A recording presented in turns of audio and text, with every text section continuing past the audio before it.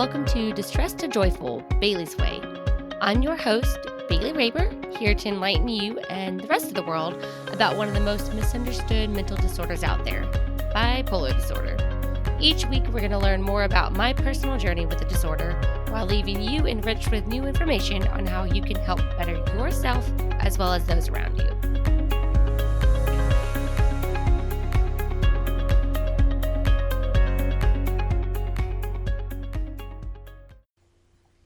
I'm back.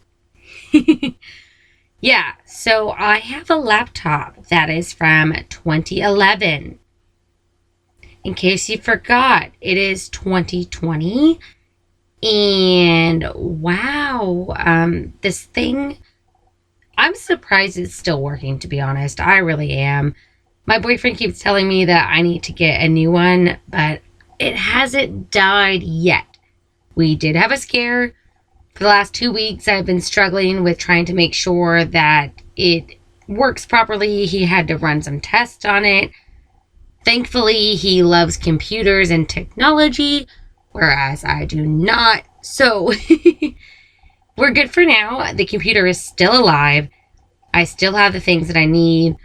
Life is okay. It's actually good. So, yeah, here we are, back in action. I missed you guys. I hope you all have missed me too. Again, apologies on the delay in the episodes because of that, but now you know.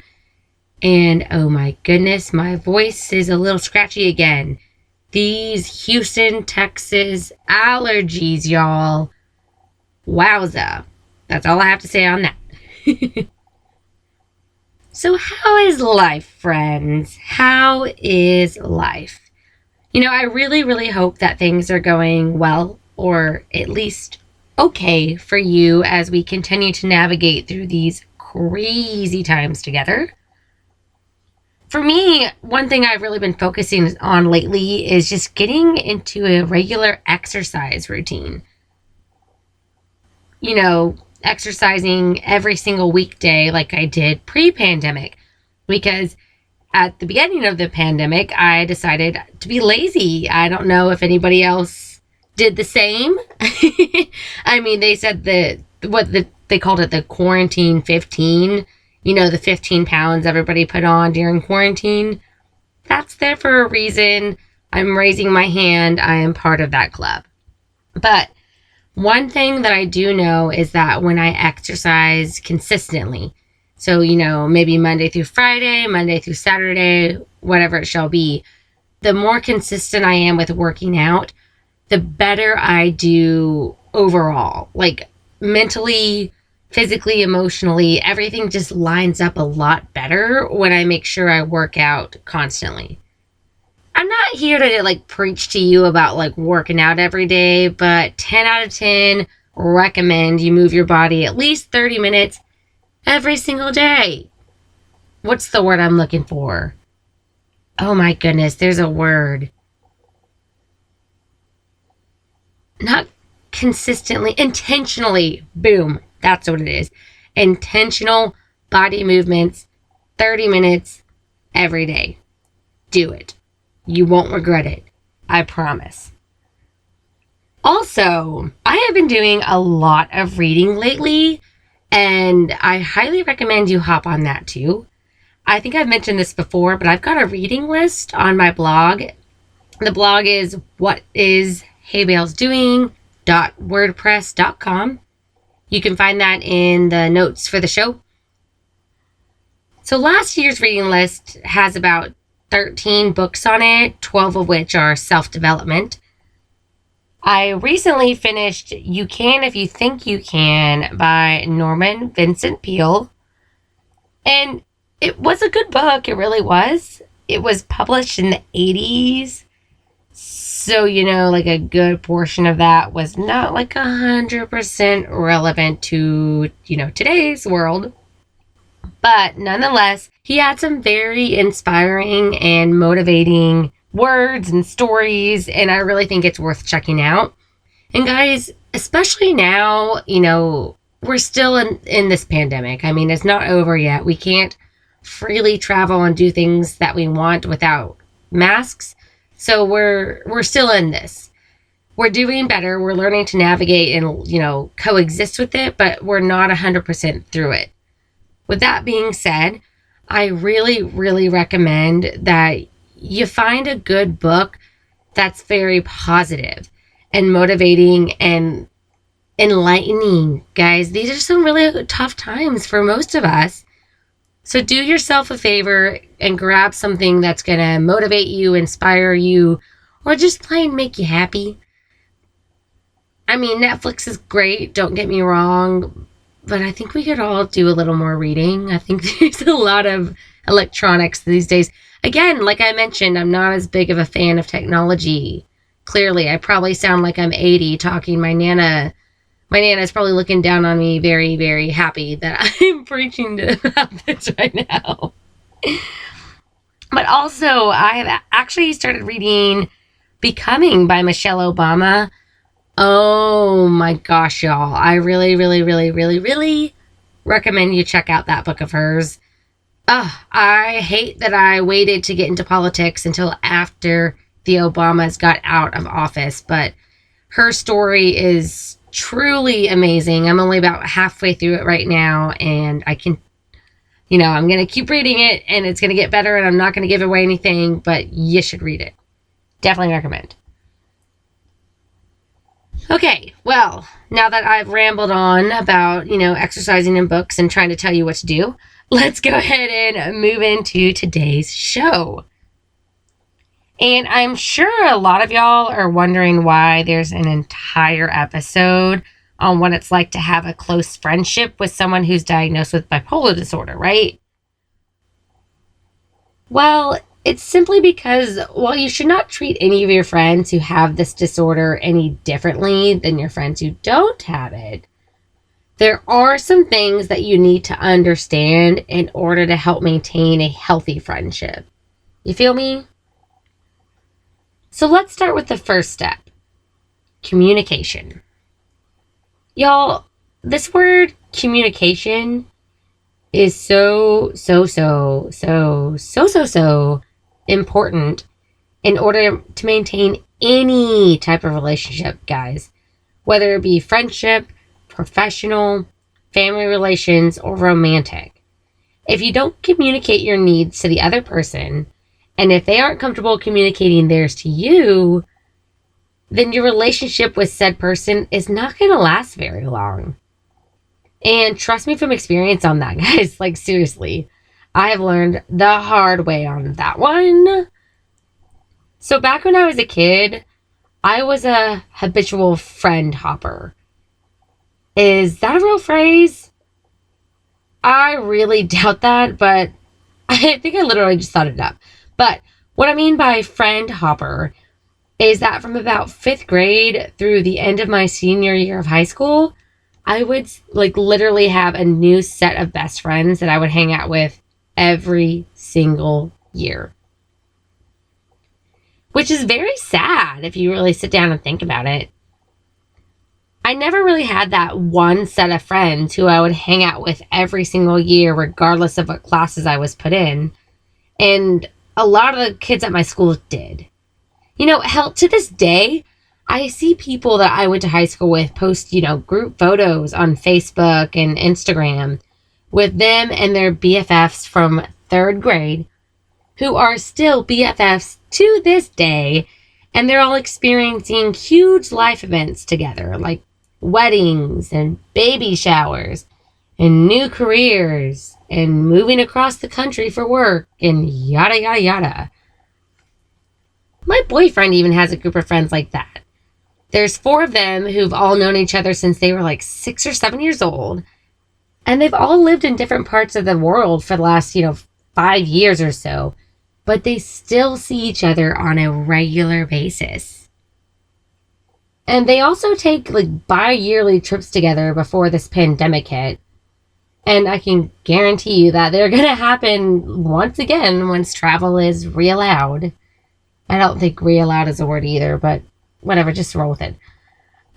So while I'm very happy for him to have the boys, as he calls them, for all of these years, I can't help but feel just a little bit jealous that I don't have something like that. And I can't say that it's completely my fault that I don't. I mean, let's be real here. Kids are assholes, and they are so mean to each other. But I also wonder if things would have been different had I known about my bipolar disorder earlier on, and had I also learned very important social skills at a much younger age. Which leads us right on back to communication. Y'all, I didn't learn how to effectively communicate with others until I was 24 years old. And that might sound a little bit crazy, but I've actually come across many people who are older than I am who still don't know how to effectively communicate with other people. So, listen up. As defined by the Merriam-Webster Dictionary, the definition of communication is a process by which information is exchanged between individuals through a common system of symbols, signs, or behavior. Information transmitted or conveyed. So, what is effective communication then? I found an article on helpguide.com that states, effective communication is about more than just exchanging information. It's about understanding the emotion and intentions behind the information. As well as being able to clearly convey a message, you need to also listen in a way that gains the full meaning of what's being said and makes the other person feel heard and understood. One more time for the people in the back. Makes the other person feel heard and understood. This article also talks about how effective communication seems like it should be intuitive, but sometimes when we being society, try to communicate with others, it doesn't go as planned. Misunderstandings as well as mishearing what someone says often leads to frustrations and conflict. And I may be a millennial, but I honestly think that cell phones play a really big part in the lack of communication skills that we all have. I mean, think about it. If you're looking at your phone while someone is talking to you, you're not actually listening to what they're saying, which often leads to mishearing what the person said, right? And if you're having an important conversation through text, God forbid, whatever message you send does not include the tone of voice that you're talking in, which can often lead to people misunderstanding what you're actually trying to say, right? I mean, raise your hand if either of those has ever happened to you before. You can't see me, but mine is as high as I can physically raise it. I might as well just stand up. Add some more length to that. There's another article that I found. It's on skillsyouneed.com that states, in your personal life, good communication skills can improve your personal relationships by helping you to understand others and to also be understood. So here's the part where I explain to you that the huge reason as to why I think that communication is extra important when you've got a mental health disorder such as bipolar disorder is that I personally see, feel, and understand the world just a little bit differently than most people because my brain is wired differently. So with that being said, if someone I'm having a conversation with says something that I don't understand, or especially when someone says something that sounds upsetting to me, it is super important that I start asking them some questions. Something along the lines of, I'm sorry, I'm not quite understanding what you're saying. Can you please repeat that? Or can you please rephrase that last sentence? Little things like this give the person a second chance to help me better understand what they're saying and to hopefully avoid conflict along the way. And vice versa, for them, for me, you know? This is seriously what everyone should be doing in their daily lives to help strengthen their relationships with everyone they come in contact with. But taking the time to understand what someone is saying or feeling in the moment and actually listening to them is especially important to those of us with mental health disorders. I might sound like a broken record because I've said that in a couple different ways throughout this podcast episode, but hopefully you can see that it's just really, really fucking important, guys. It really is. That listening factor, though, is super, super key. Raise your hand if you've ever gotten in a fight with someone and that fight ended your relationship with them. I should just stand on a chair and raise my hand until it touches the ceiling, because I'm not gonna lie, I used to be absolutely terrible at listening. I mean, what do you expect from someone who loves to talk? No, but really, in all seriousness, listening to understand was not a skill that I was taught growing up. And at 24 years old, I was forced to learn it via a very impatient and also not very nice boss. So while it was an insanely hard lesson for me to learn, I cannot tell you how thankful I am that I had been forced to learn it, guys. Seriously. Y'all, you can't have relationships without trust.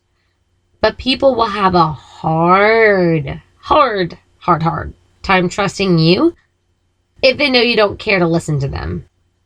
I mean, think about it. How frustrated do you get when you know someone isn't listening to you when you talk? It makes you feel as if, that person doesn't value you or thinks that you're saying stuff that isn't important, right? And that feeling that they give you just kind of makes you want to not associate with them anymore, right? Especially if it happens over and over and over again. Okay, so now that you've recognized that, I now want you to stop and think long and hard about how you act and or treat those you care about. Do you take the time to listen to their needs? Do you actually listen to them when they're trying to give you advice, whether or not you actually asked for it? And for that one, I'm not saying that you need to do everything that someone tells you or anything, crazy like that. But what you can do, even if you're not interested in trying out whatever little life hack your best friend is currently raving about and thinks that you need to give a try, you can still just listen to them and make them feel heard without being rude. You can easily just say things like, "Thanks for the information," and then move on to another topic. You've listened to them, they feel heard, and responding with a "thanks" leaves the topic on a positive note instead of tearing down their ideas or starting an argument about why you don't agree with them. Wow! That is such an easy way to avoid conflict with someone you love while also letting them feel seen and heard by you. Holy moly! I wish I would have been the one to invent this method, but I'm just glad I'm here to help those of you who need it. Because seriously, we all got someone in our lives.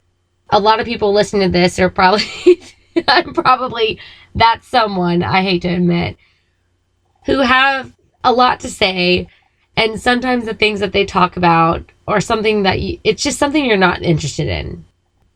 And instead of being, an asshole to them, just listen, tell them thanks, move the subject along.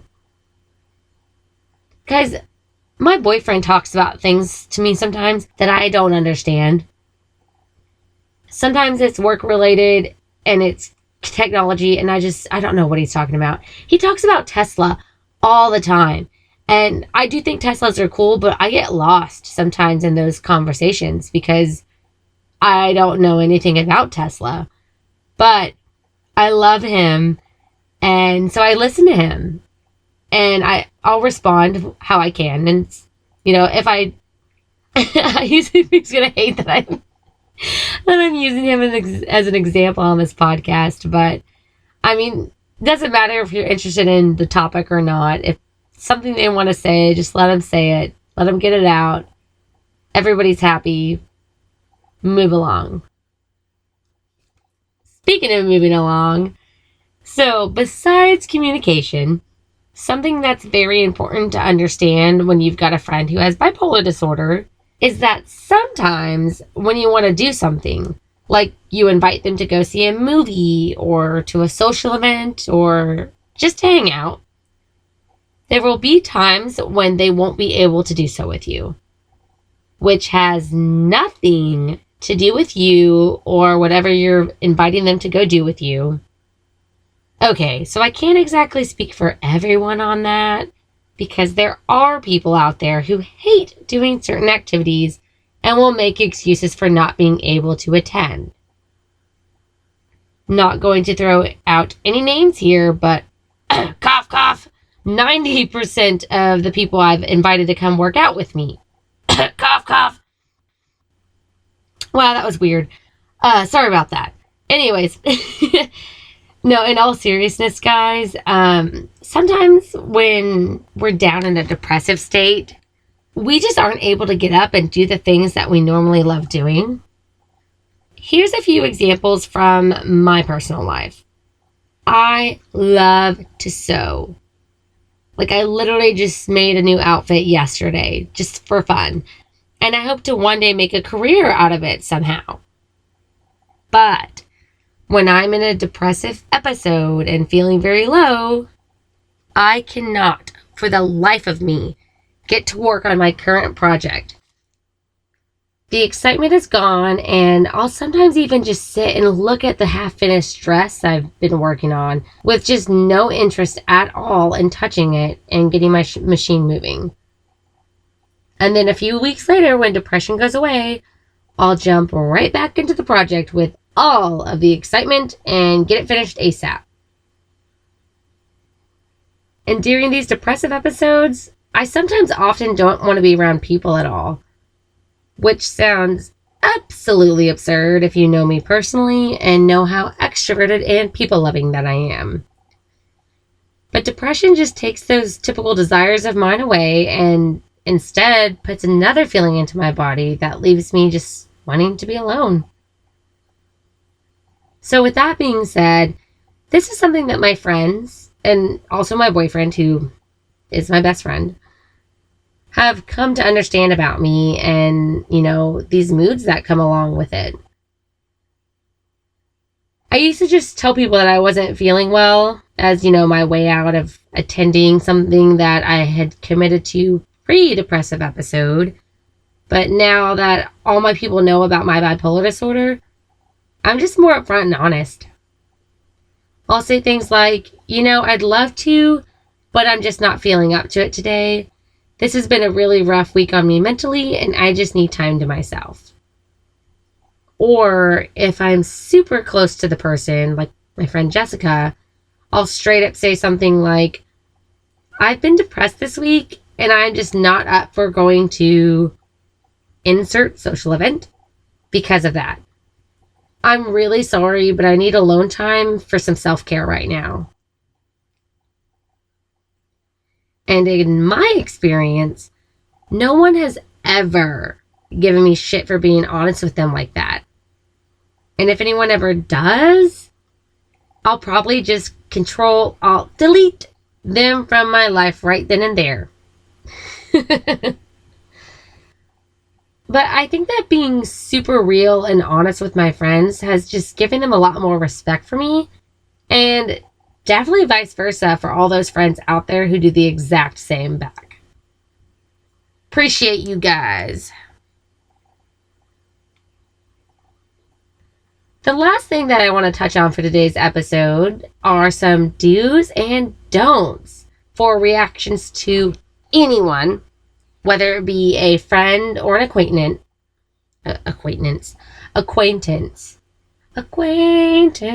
Wow, that was a hard word to say. I don't know why. Anyways, so these are things that you should or should not say when somebody comes to you for help when they're feeling down. And what I mean by that is how you should or should not react to a friend when they come to you upset about something that has occurred in their life and when they're needing something from you, whether it be advice, an ear, or a shoulder to cry on. So some real life examples from my own life. So the first one, a boy who I was seeing and really liked ghosted me because he's not a real man and doesn't know how to use his words. Don't start instantly telling me how terrible he was from the start and how you saw this coming. Don't lecture me. Don't give me unsolicited relationship advice. And don't tell me that I'm overreacting and that I need to get over it. Do listen to all that I have to say and empathize with me as much as you physically can. Or mentally, because, empathizing is not a physical thing. Tell me that you know that this sucks and allow for me to sit in that suck for a little while, but just not for too long. Ask me if there's anything that I need. A movie night together, going on a walk with me while I vent to you about the situation, a coffee date to get my mind off of things. Ask what you can do to help, but also follow through with plans to help your friend feel loved and not alone during this tough time that they're in. Situation number 2. I had a really bad day at work where I got in trouble for something that I did on accident. Don't tell me that I should have been working harder and or should have known better. Don't cut me off while I'm talking just to tell me those things. Don't tell me why I deserve the disciplinary action that I received for my mistake. Do listen and try to empathize with the situation that I'm in. Do help me understand that we're only humans and we all make mistakes. Use examples from your own life when you've done something wrong, so that way I can feel like I'm not alone in this. And let me talk out my frustrations and then ask if I want some advice. That is, if you have some advice to give, before telling me what you think I should or shouldn't do. Lastly, situation number 3. I'm feeling really sad and lonely and like everything in my life is going wrong no matter how hard I try to turn things around. Don't just tell me that I'm saying this because I want attention. Don't tell me to grow up. Don't tell me to stop overreacting or to find someone else to join my pity party. Don't be annoyed or let any frustration that you might be feeling in that moment come out onto me. Do listen to me and empathize where you can. Wow, looks like a trend is here, huh? And then ask me some questions. Why do I feel that way? Or why do I think that that thing that just happened makes me feel that way?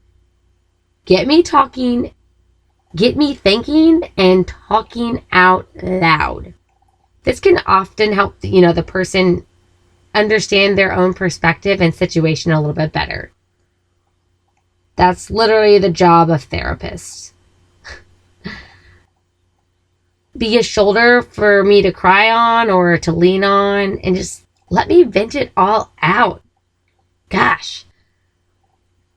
And for me personally, I often don't need advice, but instead I just need to get out what I'm feeling in that moment and just get it out of my body via some words, y'all.